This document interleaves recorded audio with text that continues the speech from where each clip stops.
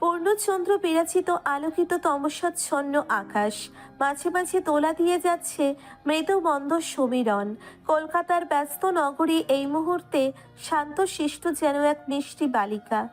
অন্ধকারের গাঢ়ত্ব যতটা, তার থেকেও বেশি তীক্ষ্ণ রকমারি আলোতে চারিদিক। পীযূষ এক মনে চেয়ে আছে ওই তারাই ভরা চন্দ্রমা সজ্জিত রূপসী অম্বর পানে। মনে হচ্ছে যেন কপালে একটা সাদা টিপ লাগিয়ে অজস্র হীরের গহনায় সেজেছে নিশিথিনী। হাতে সিগারেটের প্যাকেটটা থাকা সত্ত্বেও আজ যেন কোনোভাবেও সিগারেটটা খেতে মন চাইছে না। বুকের মধ্যে আজকাল না জানি কেমন কেমন একটা অনুভূতি হয়, কিন্তু কেন হয় তার জানা নেই। ছাদের উপরে এসেছিল একটু শান্তির খোঁজে। রাতের খাওয়া দাওয়া শেষে যখনই ল্যাপটপে কাজ করতে বসে, তখনই মনে হচ্ছিল কি যেন একটা সে মিস করছে। কিন্তু কি? ভাবলো একটু একাকিত্বে কাটানো যাক কিছু সময়, কিন্তু কিসে কি? রাতের আকাশ দেখেও মন মতো শান্ত হলোই না, বরং উল্টে কিছু আবদার করে বসলো। এই মুহূর্তে মনে হচ্ছে যদি কেউ থাকতো পাশে, তাহলে তার হাত ধরে সুন্দর এই রাতে চন্দ্রবিলাস করতে পারতো দুজনে। এখন সেজন পাবে কোথা? চোখ দুটো বন্ধ করে ছাদের কার্নিশ শেষে দাঁড়ালো। হঠাৎ মনে ভেসে উঠল অনুর গাল ফোলানো চেহারা। সেই সাথে বক্ষস্থলে হৃৎপিণ্ডটা দ্রুত গতিতে লাফালাফি শুরু করে দিল। ক্ষণিকের মধ্যে নিঃশ্বাসটা আটকে যাওয়ার উপক্রম হলো। ধরপড়িয়ে দু চোখ খুলল পীযূষ, মনে মনে বলল, এটা কি হলো? আর ওই পুচকিটিকে ভেবে আমার হার্টবিট এত ফাস্ট হলো কেন? দুহাত দিয়ে মাথার চুল খামচে ধরল পীযূষ। এইসব কি ভাবছিল সে? চুল খামচে ধরা অবস্থাতেই চোখ দুটো বন্ধ করে আবার ভাবতে লাগলো। মনে পড়ল অনুর গাল ফোলানো, নাক টেনে টেনে কান্না করা, বোকা বোকা কথা বলা, ধমক দেওয়ার ফলে ক্ষণে ক্ষণে কেঁপে ওঠা। মনেই হেসে ফেলল পীযূষ। কিছু একটা ভেবে গম্ভীর হয়ে গেল মুখটা। মনে মনে বলতে লাগলো, ও মাই গড! পীযূষ, কি হচ্ছে তোর সাথে এইসব? তাহলে কি তুই ওই আবারও কারোর প্রতি আসক্ত হয়ে পড়ছিস? কিন্তু কিভাবে এটা পসিবল? এত ছোট একটা মেয়ের সাথে কিভাবে? Control Piyush, control. মনকে আরও আগাতে দিস না। এটা ঠিক নয় পীযূষ। মাত্র 18 বছরের বাচ্চা একটি মেয়ে, আর তুই 28 পূর্ণ করে 29-এ পড়া এক প্রাপ্তবয়স্ক যুবক। না না না না না, যেভাবেই হোক নিজেকে কন্ট্রোল করতেই হবে। ভেবে পা বাড়ালো নিজের রুমের দিকে। আজকাল পীযূষ বেশ কিছুদিন হলো ভীষণ অমনোযোগী। চিত্রা প্রথমে মনে ভেবেছিল পীযূষ যেমন সবার সঙ্গে আড্ডা দেয়, ঠিক তেমনি ওই মেয়েটাকে দেখিয়ে ওর সাথে মজা করেছে। ভেবেছিল অফিসে এসে পীযূষ আবার আগের মতো ওর সাথে আড্ডা ইয়ার্কি করবে, আর সেখানেই সুযোগ বুঝে পীযূষের মনে আস্তে ধীরে জায়গা করে নেবে ও। যদিও সেদিনের টেক কেয়ারের পর পীযূষের মনে যে ওর প্রতি অনুভূতি আছে, সেটা নিয়ে চিত্রা 99% শিওর। তাই আজ আগে ভাগে অফিসে এসে ওয়াশরুমে গিয়ে নিজেকে ভালোভাবে আয়নায় সাজিয়ে তুলল। খয়েরি লাল রঙের লিপস্টিকটা সুন্দর করে ঘষে নিল লাভ শেপ পাতলা ঠোঁটের উপর দিয়ে। চোখে মাস্কারা আইলাইনার সুন্দর করে দিয়ে পারফেক্ট টাচ আপটা করেই নিল। ব্ল্যাক কালারের কোটের সঙ্গে হাঁটু পর্যন্ত একটা স্কার্ট, যাকে মিনি স্কার্ট বলাই যায়। ব্ল্যাক কালারের লেডিস কোটের ভিতর দিয়ে লালচে খয়েরি রঙের শার্টের কলার সমেত দেখা যাচ্ছে। হাতে পারফেক্ট ওয়াচ, কাঁধ পর্যন্ত কাটা সিল্কি চুলগুলো ছেড়ে দেওয়া। চিত্রা এমনিতেই সুন্দরী। স্লিম ফিগারে এমন সুন্দর অফিসিয়াল লুক যে কোনো পুরুষের নজর কাটতে বাধ্য। সুন্দর করে সেজে দামি পারফিউম গলায় ঘাড়ে স্প্রে করে বেরিয়ে এলো ওয়াশরুম থেকে। উদ্দেশ্য কফি নিয়ে পীযূষের কাছে যাবে।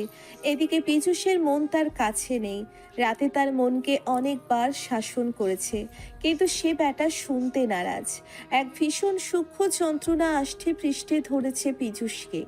নিজের কেবিনে বসে ল্যাপটপে কাজ করতে করতে কখন থেকে যে আনমনা হয়ে অনুর কথা ভাবতে লেগেছে সে নিজেই জানে না। অসহ্য এক দহনে পড়ছে তার মন। বারবার অনুর সেই কান্নায় টকটকে লাল চোখজোড়া ভেসে উঠছে মনের আঙিনায়। ধমক খেয়ে ভয়ে কেঁপে ওঠার দৃশ্য মনে করতেই এক অদ্ভুত শিহরণে মনটা আন্দোলিত হচ্ছে। এই মুহূর্তে মনে হচ্ছে মেয়েটাকে ধরে নিয়ে এসে সামনে দাঁড় করিয়ে পরপর কয়েকটা ধমক লাগাক ও তারপর চোখে তৃষ্ণা মিটিয়ে মেয়েটার কেঁপে কেঁপে ওঠা আর ভয়ার্থ চোখ মুখ দেখে পাঝি মনটাকে শান্তি দিক। এসব ভাবনার মাঝেই আচমকা কেবিনের কাছের দরজায় টোকা পড়ল। ভাবনার জগৎ থেকে বাস্তবে ফিরে এলো পীযূষ। অনুমতি দিতেই ভেতরে প্রবেশ করলো চিত্রা, হাতে 2 কাপ ধোয়া ওরা কফি নিয়ে। ভেতরে আসতে পারি? ইয়েস, কাম। ব্ল্যাক কফির মগটা সামনে বাড়িয়ে দিয়ে টেবিলে রেখে নিজের একটা চেয়ার টেনে বসলো চিত্রা। পীযূষের দিকে নজর আবদ্ধ করে এক মনে শিপের উপর শিপ দিতে লাগলো কফির কাপে। পীযূষ তখনও ল্যাপটপে নিজের কাছে মগ্ন। চিত্রা ভীষণ বিরক্ত বোধ করলো। বেশ কিছুক্ষণ সময় এভাবেই অতিবাহিত হলো। চিত্রার কফি ততক্ষণে শেষ। পীযূষ কাজে ভীষণ ব্যস্ত তখন। বিরক্ত হয়ে চিত্রা বলে উঠল, পীযূষ, কফি ঠান্ডা হয়ে গেল তো। ও হ্যাঁ, আমি খেয়াল করিনি, এই তো খাচ্ছি। বলেই কফির কাপটা হাত বাড়িয়ে নিয়ে খেতে লাগলো পীযূষ। তার নজর তখনও ল্যাপটপে। চিত্রা মনে মনে ভীষণ রেগে গেল। ভাবতে লাগলো, এত সেজে গুজে এসে আমার লাভটা কি হলো? যাকে দেখিয়ে পাগল করার জন্য এই রূপকে এতভাবে সাজিয়ে তোলা, সে চোখ তুলে দেখলই না। এসব ভেবে পুনরায় গলা খাকারি দিল চিত্রা। পীযূষ ল্যাপটপ থেকে মুখটা তুলল, চিত্রার দিকে তাকিয়ে প্রশ্ন করল, কিছু বলবে? ওই দিন মেয়েটা কে ছিল পীযূষ? চিত্রার প্রশ্ন শুনে ভ্রু ছোড়া কুঁচকে গেল পীযূষের। পুরো ব্যাপারটা ক্লিয়ারলি বুঝে কুটিল হাসি হাসল মনে। কারণ চিত্রাকে জব্দ করা পীযূষের জীবনের একটা বিশেষ লক্ষ্য। সেই লক্ষ্যের অনেকাংশ সে এগিয়েও এসেছে। মুখে একটা অমায়িক হাসি হেসে বলল, কেন বলো তো? তুমি ওই মেয়েটার ব্যাপারে খোঁজ নিয়ে কি করবে? না, আসলে তেমন কিছু নয়। সেদিন তুমি আমায় বলেছিলে ভেরি স্পেশাল পারসন, বাট আমার সেটা মনে হয়নি। মনে না হওয়ার কারণ? দেখে তো মনে হলো ভীষণ বাচ্চা একটা মেয়ে, হয়তো কলেজে উঠেছে সবে। তোমার মতো একটা পূর্ণবয়স্ক ম্যাচিউর ছেলের সাথে ওই মেয়ে কোনো রিলেশনে যাবে, এ অবিশ্বাস্য। তুমি আমায় টুপি পরাচ্ছ, তাই না? চিত্রার এত আগ্রহ আর ছটফটানি দেখে মনে মনে ভীষণ খুশি হলো পীযূষ। তারপর চেয়ারে হেলান দিয়ে বসে দুহাতের মাঝে পেন নিয়ে খেলতে খেলতে একটা চওড়া হাসি উপহার দিয়ে পীযূষ বলল, ইউ আর রং চিত্রা। তুমি যেটা ভাবছো সেটা কখনোই সঠিক নয়। কারণ মেয়েটিকে আমার যত ছোট বলে মনে হচ্ছে, ঠিক ততটা ছোট ও নয়। মানে? She proposed me, you know. What? Yes. আর আমি ভেবেছি কতদিন আর এইভাবে সিঙ্গেল হয়ে থাকবো বলো তো? অ্যাকসেপ্ট করেই নেই, কি বলো? না। এইসব কথা বাদ দাও। এখন সিঙ্গেল আছি, পরবর্তীতে কাফেল হতে বেশি সময় নেব না। এখন বলো, আমাদের সাকসেস পার্টির অ্যারেঞ্জমেন্ট কত দূর হলো? তোমাদের টিমের উপর পুরো দায়িত্বটা দেওয়া আছে। কিন্তু চিত্রা, জানো তো এইখানে কত বড় বড় মাপের মানুষজন আসবেন? অ্যারেঞ্জমেন্ট যেন কোনো ত্রুটি না হয়। বলেই হাত ঘড়িটা দেখে নিল। সময় দুটো 10-এর ঘরে, অর্থাৎ আর 20 মিনিটের মাথায় অনুর কলেজ ছুটি। মনকে আর বশে রাখতে পারছে না সে। চেয়ার থেকে উঠে আমার ইম্পর্টেন্ট কাজ আছে। বলেই বেরিয়ে এলো পীযূষ। তারপর রওনা দিল অনুর কলেজের উদ্দেশ্যে। এদিকে নিজের হাতের মুঠোয় আর এক হাত ধরে সমানে কচলাতে লাগলো চিত্রা। তার এই মুহূর্তে রাগে যেন সমগ্র শরীর জ্বলে কয়লা হবার জোগাড়। কত বড় সাহস ওইটুকুনি একটা বাচ্চা মেয়ের, এত বড় কাকু বয়সী একটা ছেলেকে প্রপোজ করে। মনে মনে বলল, দেখাচ্ছি মজা। চিত্রার জিনিসে হাত বাড়ালে সেই হাত চিত্রা ভেঙে ফেলতে দুবার ভাবে না। সেখানে তুমি তো ছোট্ট মামুনি। এমন হাল করব তোমার জীবনেও পীযূষের দিকে তাকাতে সাহস পাবে না মেয়ে। সুপর্ণা দেবীর অ্যাপার্টমেন্টে ড্রয়িং রুমে বসে আছে একজন মহিলা। কিছুক্ষণ বাদে ড্রয়িং রুমে প্রবেশ করলো তানিয়া আর সুপর্ণা দেবী। তারপর দুজনে গিয়ে মুখোমুখি সোফায় বসতেই মহিলাটি উঠে দাঁড়িয়ে প্রণাম জানালো। সুপ্রিয়া দেবী হাতের ইশারা তাদের বসতে বললেন। তারপর একটা ঔষধের প্যাকেট এগিয়ে দিলেন তার দিকে। তারপর বললেন, তোমার কাছে যে প্যাকেট দেওয়া হলো তার মধ্যে বিশেষ এক ধরনের মেডিসিন আছে। তোমাকে নিয়ম করে প্রতিদিন এখান থেকে 2টো ট্যাবলেট নিয়ে ভেঙে গুঁড়ো করে তনুশ্রীর খাবারে মিশিয়ে তাকে দুবেলা করে খাওয়াতে হবে। অর্থাৎ সকালে একবার আর বিকেলে একবার। মনে থাকবে? মহিলাটি বলে উঠল। এক বান্ডিল টাকা মহিলার দিকে ছুঁড়ে মারতেই সে খপ করে ধরল টাকার বান্ডিলটি। তারপর ঔষধের প্যাকেট নিয়ে প্রণাম করে চলে গেল নিজ গন্তব্যে। মহিলাটি যাওয়ার পর তানিয়া সুপর্ণা দেবীকে জিজ্ঞেস করলো, মা, এই মহিলাটাকে?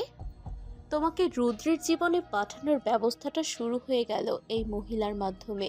এই মহিলাটি হলো রুদ্রের ফ্ল্যাটের কাজের লোক, মানে ফুল টাইমার। সকাল থেকে রাত 9টা পর্যন্ত থাকে। রান্না করা, খাবার দেওয়া থেকে শুরু করে তরুশ্রীর আশেপাশে থাকা, হাতে হাতে সব কাজ গোছানো, এইসব করে উনি। তাই কাজটি করার জন্য এই মহিলার থেকে বিশ্বস্ত আর কাউকে পাইনি। যদি ধরা পড়ে যায়? চান্স নেই, কারণ এতে তনুশ্রীর কোনো লাইফ রিস্ক নেই। বাট খেলাটা তো শুরু হবে ওষুধটা শেষ হয়ে যাওয়ার পর। চিন্তা করো না মামুনি, তোমার মা তোমাকে কথা দিয়েছে না, সে তার নিজের কথা রাখতে জানে। ডোন্ট ওয়ারি, রুদ্র তোমার হবেই, কথা দিলাম। থ্যাঙ্কস মা। বলেই জড়িয়ে ধরল তানিয়া তার মা সুপর্ণা দেবীকে। আর সুপর্ণা দেবী কিছু অতীতের স্মৃতি নিজের স্মৃতিপটে এনে ক্রূর হাসি দিলেন। মনে মনে বললেন, আমি আমার মতো তোমাকে না পাওয়ার যন্ত্রণায় তিলে তিলে শেষ হতে দেব না তানি। অপূর্ণতার যন্ত্রণা যে কোনো কিছু দিয়েই পূর্ণ করা যায় না, তার সবচেয়ে বড় উদাহরণ হলো আমার নিজের জীবন। তাই তোমাকে তোমার জীবনের চাওয়া প্রিয় জিনিসটা ফিরিয়ে এনে পরিপূর্ণ জীবন দিতে যা করার তাই করতে প্রস্তুত আমি।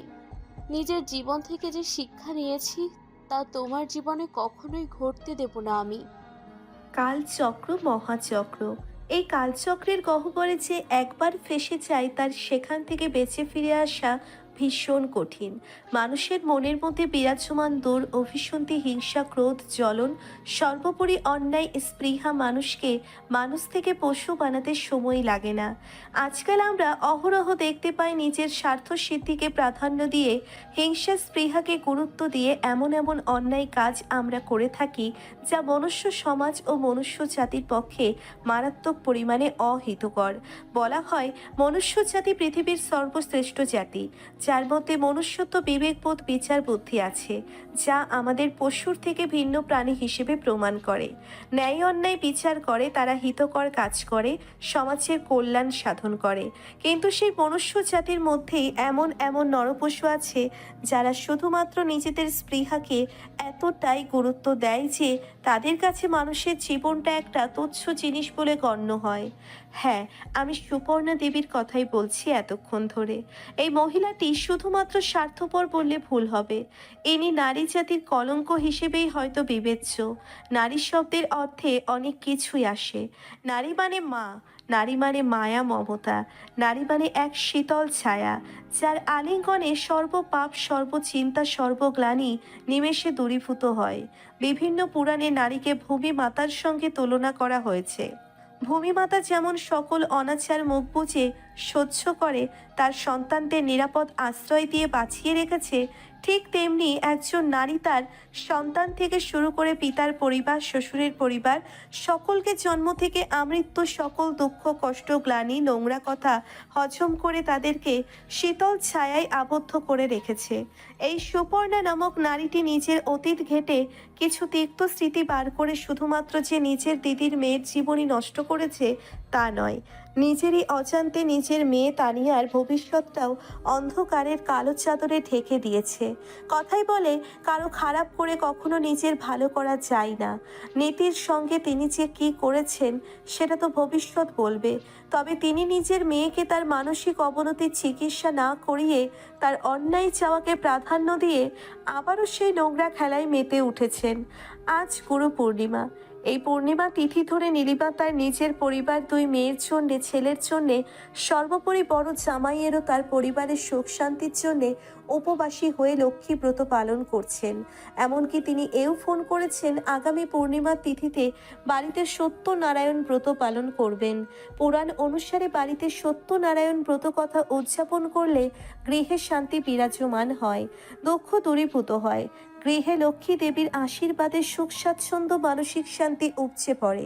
তাই তিনি লক্ষ্মীব্রত পালন করছেন।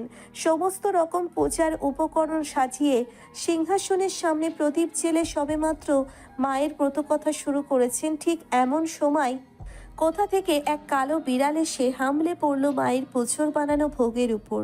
সঙ্গে সঙ্গে পাশে থাকা গাছা প্রদীপটি উল্টে পড়ল মেঝেতে। লণ্ডভণ্ড হয়ে ছড়িয়ে ছিটিয়ে পড়ল পায়েসের বাটি। হতভম্ব হয়ে রইলেন নীলিমা পুজোর উপকরণের এই দশা দেখে। অজানা আশঙ্কায় বুকের ভিতর মোচড় দিয়ে উঠল। হাত জোর করে হাপুস নয়নে ডুকরে কেঁদে উঠলেন নীলিমা। হে ঈশ্বর, কিসের সংকেত দিলে? হে মা নারায়ণী, এ তুমি কিসের সংকেত দিয়ে বোঝাতে চাইলে আমায়? আবার কোনো ঝড় আসতে চলেছে আমার পরিবারে? আবার কাকে টেনে নিয়ে চলে যাবে দুঃখের সাগরে? হে মা, রক্ষা করো, রক্ষা করো মা। আমার সন্তানদের তুমি রক্ষা করো মা। আমার গোটা পরিবারের কারোর যেন প্রাণের কোনো ক্ষতি না হয় মা। তোমার উপরে পূর্ণ আস্থা আছে মা গো। আমার নিরপরাধ স্বামী সন্তানের তুমি কোনো ক্ষতি হতে দেবে না। কলকাতার বাড়িতে সেনগুপ্ত হাউসে গুরু পূর্ণিমা উপলক্ষে পুজোর আয়োজন করেছিলেন সরোজিনী। গ্যাসের ওভেনে পায়েস চাপিয়ে তিনি পুজোর সমস্ত কিছু নিজ হাতে গোছাচ্ছিলেন। সেই সাথে অনুও তার বড়মার পিছু পিছু এটা ওটা করে সাহায্য করছিল। ফুলের মালা গাঁথা, ফল কাটা, ঠাকুরের আসন সাজানো, এগুলো। সরোজিনী যখন পুজোর সমস্ত কিছু গোছাতে ব্যস্ত, এমন সময় অনু যায় রান্নাঘরে। ওভেনে নজর পড়তেই দেখে ক্ষীরের হাঁড়িতে দুধ ফুলে ফেপে উঠে উপচে পড়বে। ঠিক এমন সময় দৌড়ে ওভেন বন্ধ করতে আসতেই দুধ উপচে পড়ে অনুর হাতের উপর। গ্যাসের ওভেন তো অফ হয়ে যায়, কিন্তু গরম দুধের ছ্যাঁকা লেগে চিৎকার দিয়ে ওঠে। ঠাকুর ঘর থেকে সরোজিনী শেফালি দৌড়ে ছুটে আসে রান্নাঘরে। অনুর হাতে তখন দুধ সমেত পায়েস পড়ে যা তা অবস্থা। দেখার মাত্র হাতটা সঙ্গে সঙ্গে ট্যাপ কলের নিচে ধরে। এদিকে অনু যন্ত্রণায় কাটা মুরগির মতো লাফাচ্ছে। যন্ত্রণায় চোখ মুখ খিচে কাঁদছে অনু। পুজো আর্চা বাদ দিয়ে এসে সাথে সাথে সরোজিনী অনুকে ধরে নিয়ে ছোটেন হাসপাতালে। যাওয়ার পথে রোদ্দুরবাবু শুভ্রকে ফোন করে জানিয়ে দেন সব কিছু। দিল্লির ফ্ল্যাটে তনু সকালবেলায় রুদ্রকে অফিসে বিদায় করে দিয়ে পাখিকে নিয়ে ব্যস্ত। ঠিক সেই সময় হাতে করে এক বাটি সুচির পায়েস নিয়ে হাজির হয় এবাড়ির কাজের মাসি সুজাতা। হ্যাঁ, এই সুজাতাই হলো সেই মহিলা যে কিনা সুপর্ণার গুপ্তচর। সুচির পায়েসের বাটিটা তনুশ্রীর হাতে তুলে দিয়ে বলল, ম্যাডাম, একটু টেস্ট করে দেখুন না কেমন বানিয়েছি। আজ হঠাৎ সুজির পায়েস বানালেন যে সুজিতাদি? আসলে আজ আমার জন্মদিন, তাই ভাবলাম নিজের জন্য একটু সুজির পায়েস করে মিষ্টি মুখ করি। কিন্তু আপনি বড্ড ভালো ম্যাডাম, সেই কারণেই তো আপনাকে সবার আগে মিষ্টি মুখ করাতে এসেছি। নরম মনের তনুশ্রী সুজাতার ছলনায় ভুলে গিয়ে হাসলো মিষ্টি করে। তারপর পায়েসের বাটি থেকে এক চামচ সুজাতার মুখের দিকে ধরে বলল, আগে তুমি খাও, তোমার না আজ জন্মদিন? না না ম্যাডাম, আমি খেতে পারবো না। আসলে আমি মন্দিরে পুজো দেব, তারপর কিছু গ্রহণ করব। আমার জন্য পায়েস করাই আছে। প্লিজ ম্যাডাম, আপনি একটু টেস্ট করে বলুন না কেমন বানিয়েছি। সাদা মনে বাধাহীন তনুশ্রী খুশি মনেই বাটির সুজির পায়েসটুকু অনায়াসে গ্রহণ করলো এবং খুব তারিফও করলো তার রান্নার। এটো বাটি কিচেনে নিয়ে যেতে যেতে কুটিল হাসি হাসলো সুজাতা, কারণ সে ওষুধের ফার্স্ট ডোজটা সুজির মাধ্যমে পেটে চালান করে দিয়েছে তনুশ্রীর। রান্নাঘরে এসে স্বস্তির একটা নিঃশ্বাস নিয়ে ফোনটা বার করে মেসেজ করে জানিয়ে দিল সুপর্ণাকে, কারণ এতক্ষণ তার গলায় নিঃশ্বাসটা আটকে বেঁধেছিল। ওষুধটা কিসের ছিল তার জানা নেই, তবুও ওই বড়লোক ম্যাডামটাকে বলেছিল এতে তনুশ্রীর কোনো ক্ষতি হবে না, তাই সে ভরসা করে প্রথম ডোজ দিয়েছে তনুশ্রীকে। এখন দেখার ঔষধে ঠিক কী কাজ করে তনুশ্রীর উপর। পীযূষের একটা বিরাট বড় ডিল কমপ্লিট হওয়ার দরুন সাকসেস পার্টির অ্যারেঞ্জমেন্ট করেছে। রুদ্রও থাকতে চেয়েছিল এই পার্টিতে, কিন্তু দিল্লিতে তার অফিসে নতুন পাওয়া প্রজেক্টের উপরে কাজেও সে মহাব্যস্ত, যার কারণে কলকাতা আসা হবে না।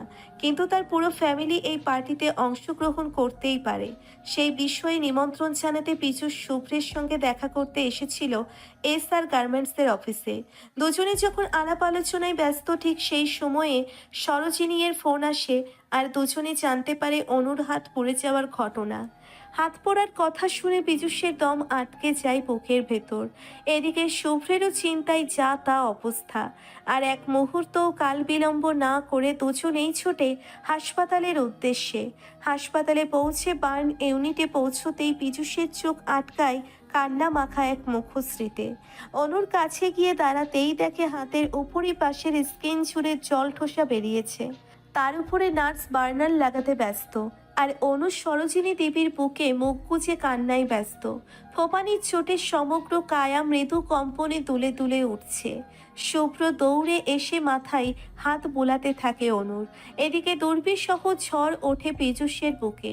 কমলা হলদে ফর্সা ত্বক লাল বর্ণ ধারণ করেছে। নিজের মাথার চুল টেনে খিচে দুচোখ বন্ধ করে নিল পীযূষ। না, সে সত্যিই আর নিতে পারছে না। অনুর কান্না আর কষ্টগুলো পীযূষের হৃদয়কে অদৃশ্য ছুরির আঘাতে কেটে ফালাফালা করে দিচ্ছে যেন। অনুর কান্না সহ্য করতে পারল না। কেবিন থেকে দৌড়ে বেরিয়ে বারান্দায় গিয়ে দাঁড়ালো। এই মুহূর্তে এই ক্ষণে পীযূষ বুঝতে পারছে সে মেয়েটির প্রতি শুধুমাত্র আকর্ষিত, তা কিন্তু সত্য নয়। সে মাত্রাতিরিক্ত আসক্ত হয়ে পড়েছে অনুর প্রতি। এতদিন ধরে লুকিয়ে আড়ালে আবডালে অনুর কলেজের সামনে দাঁড়িয়ে চুরি করে অনুকে দেখত সে। কখনো সামনাসামনি দেখা হয়ে গেলে মিছিমিছি ধমকে ধমকে মেয়েটিকে নাকের জল চোখের জল এক করাতো। ঠিক যেমন আমরা ছোট বাচ্চাদেরকে বুকে কাঁদিয়ে মজা পাই, তারপর তাদের আদর করে আবার হাসায়। পীযূষও ঠিক সেই একই কাজ করত অনুর সাথে। কলেজ থেকে বেরোতে দেরি হলে ধমক, রাস্তায় বেশিক্ষণ দাঁড়িয়ে থাকলে ধমক, আইসক্রিম খেলে ধমক, রাস্তায় দাঁড়িয়ে বন্ধু বান্ধবদের সঙ্গে আড্ডা দিলে ধমক, মুখ বাঁকালে ধমক। যখন কোনো কারণ খুঁজে পেত না ধমকানোর, তখন শুধু শুধু ধমক দিয়ে মেয়েটার গাল ফোলানো, নাক টেনে টেনে চোখের জল মোছা, এইসব দেখে মনের শান্তি খুঁজে পেত। কিন্তু আজ মেয়েটার এমন দুর্দশা দেখে হৃদয়টা যেন অসহ্য যন্ত্রণায় পুড়ে একাকার অবস্থা তার। নিজের অজান্তেই দুচোখ উপচে জল গড়িয়ে পড়ল পীযূষের। বুকের হাহাকার পীযূষকে বলছে, বড্ড বেশি ভালোবাসি ওই মেয়েটিকে, বড্ড বেশি ভালোবাসি।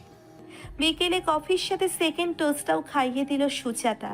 তারপর রুদ্র ফেরার পর সুজাতা তার নিজের বাড়িতে রওনা দিল। প্রথম ডোজটা খাওয়াতে যতটা ভয় পেয়েছিল সে, সুস্থ তনুশ্রীকে দেখে দ্বিতীয় ডোজটা দিতে তার অতটাও ভয় লাগেনি।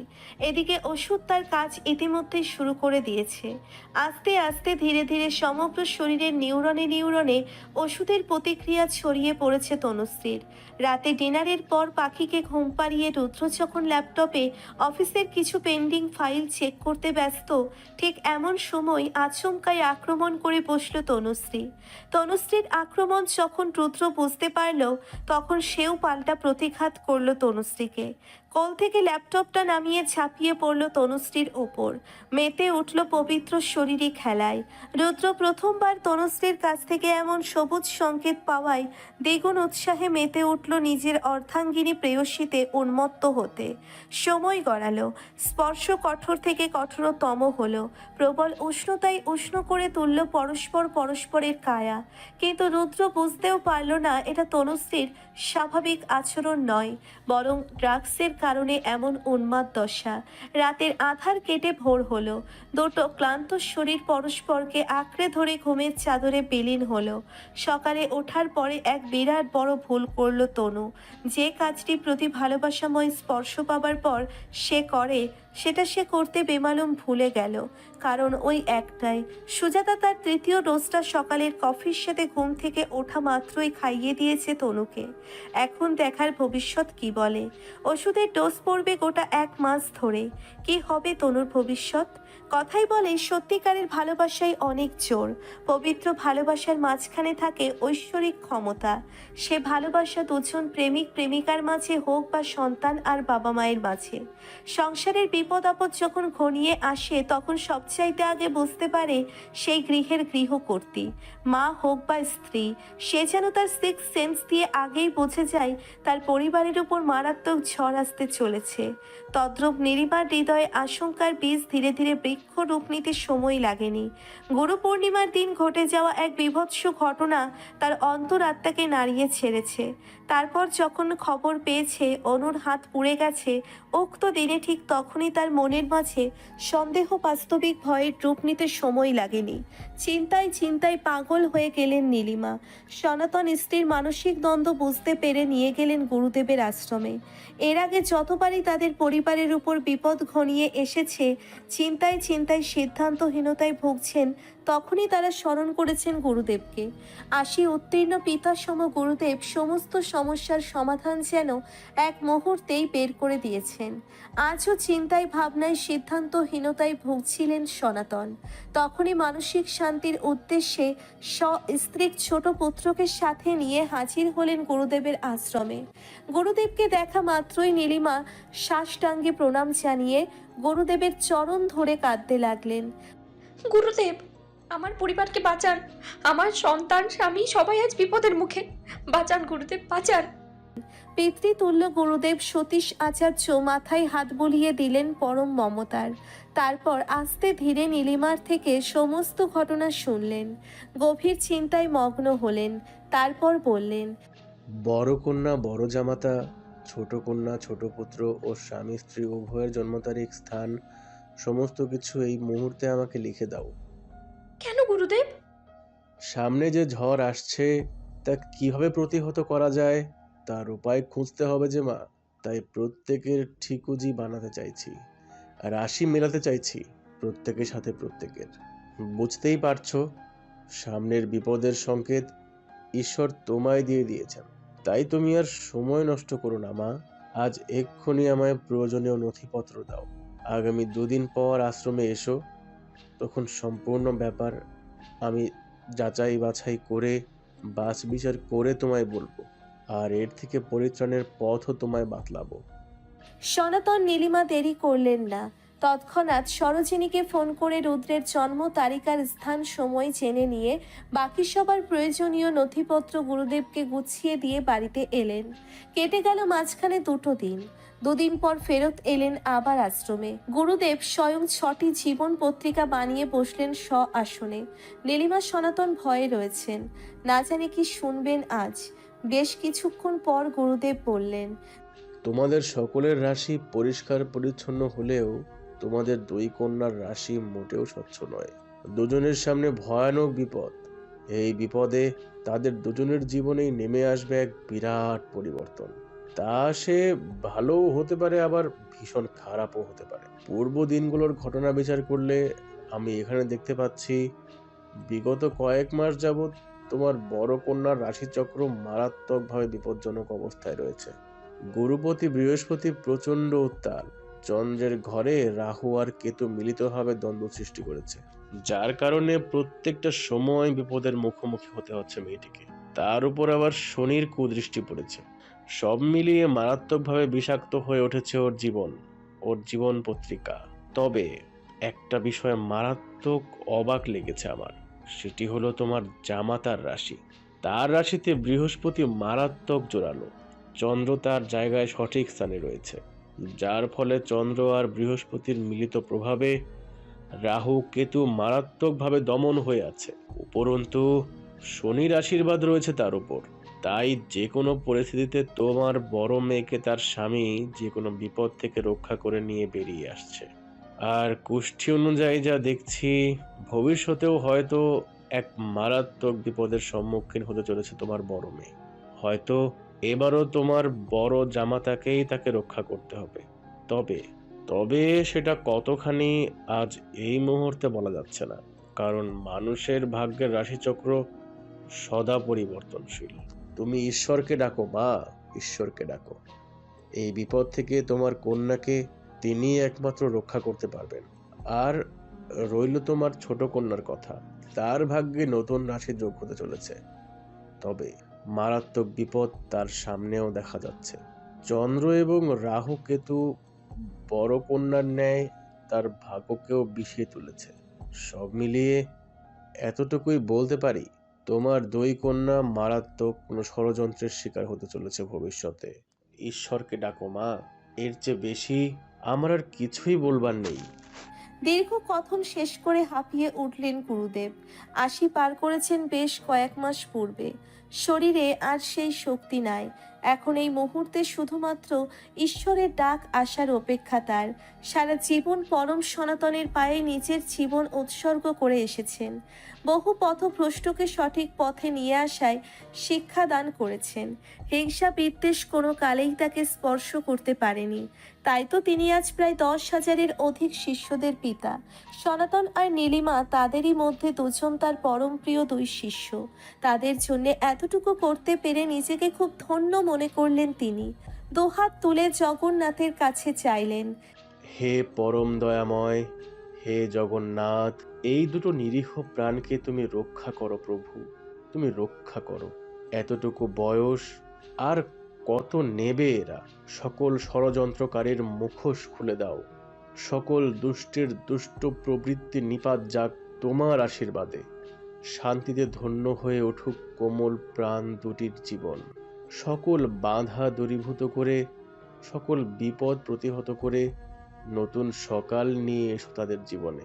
হে প্রভু, আমার জীবনে আমি যত পুণ্য করেছি তার বিনিময়ে হলেও ওই দুই নিষ্পাপ প্রাণ দুটিকে তুমি রক্ষা করো ঈশ্বর, রক্ষা করো। এরই মাঝে কেটে গিয়েছে গোটা 15টা দিন।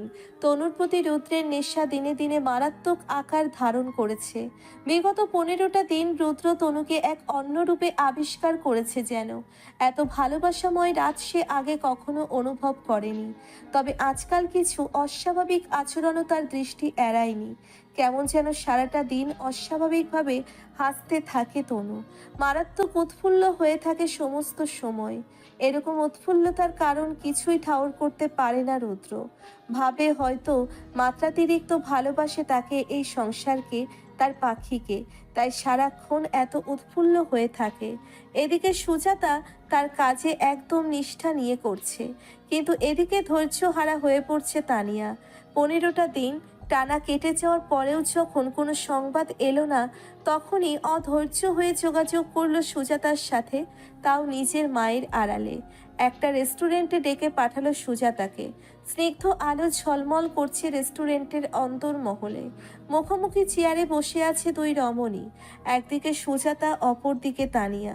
টেবিলের ওপর ধোয়া করা কফির কাপ। অতিরিক্ত উত্তেজিত দৃষ্টিতে সুজাতার দিকে তাকিয়ে তানিয়া প্রশ্ন করলো, ঔষধের ডোজটা ঠিকঠাক পড়েছে নাকি তুমি দিতে ভুলে যাচ্ছ? না না ম্যাডাম, আমি সকাল বিকাল একদম ঠিকঠাকভাবেই ওষুধগুলো খাওয়াচ্ছি। আপনি একদম চিন্তা করবেন না ম্যাডাম। তাই নাকি?